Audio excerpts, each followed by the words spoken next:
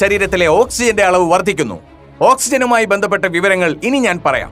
Oxygen, blood circulation, iron എന്നിവയെക്കുറിച്ച് മനസ്സിലാക്കുന്നതിന് മുൻപേ പഞ്ചഭൂതങ്ങളെ പറ്റി നമുക്ക് അറിയേണ്ടതുണ്ട്. കാരണം പഞ്ചഭൂതങ്ങളെ കുറിച്ച് മനസ്സിലാക്കാത്തത് വരെ അവയ്ക്ക് ഇവയുമായുള്ള ഇന്റർ കണക്ഷൻസ് എന്തെന്ന് മനസ്സിലാവില്ല.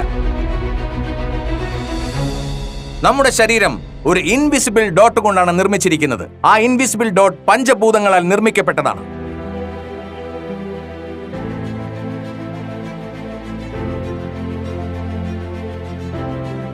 എന്തെല്ലാമാണ് ഈ പഞ്ചഭൂതങ്ങൾ?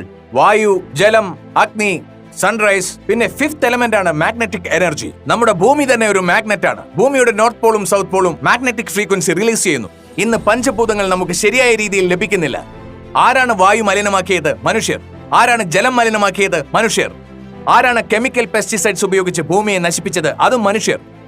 ഇന്ന് നമുക്ക് സൂര്യരശ്മികൾ പോലും കൃത്യമായ രീതിയിൽ ലഭിക്കുന്നില്ല. കാരണം നമ്മൾ വാതിലുകളും ജനലുകളും അടച്ച് വീടിനുള്ളിൽ തന്നെ ഇരിക്കുകയാണ്. അതിനാൽ രാവിലെ 4:30 മുതൽ 5 മണി വരെയുള്ള സൂര്യരശ്മികൾ നമുക്ക് ലഭിക്കുന്നില്ല. ആ സൂര്യരശ്മികൾ മനുഷ്യ ശരീരത്തിന് വളരെ ഗുണകരമായ ഒന്നാണ്. ഇങ്ങനെ പുറത്തിറങ്ങാതിരിക്കുന്നതിന്റെ ഫലമായി മനുഷ്യ ശരീരത്തിൽ ഇമ്മ്യൂണിറ്റി പവർ കുറഞ്ഞിരിക്കുന്നു. നമുക്ക് പഞ്ചഭൂതങ്ങൾ ലഭിക്കുന്നില്ല. 5ാമത്തെ എലമെന്റ് ആണ് ബ്ലഡ് സർക്കുലേഷന്റെ പുഷ് ആൻഡ് പുൾ മൂവ്മെന്റിന് കാരണമാകുന്നത്. ഒഴുകുന്ന വെള്ളം കുടിക്കാൻ യോഗ്യമാണ്. എന്നാൽ കെട്ടിക്കിടക്കുന്ന വെള്ളത്തിൽ ആയിരക്കണക്കിന് വൈറസുകളും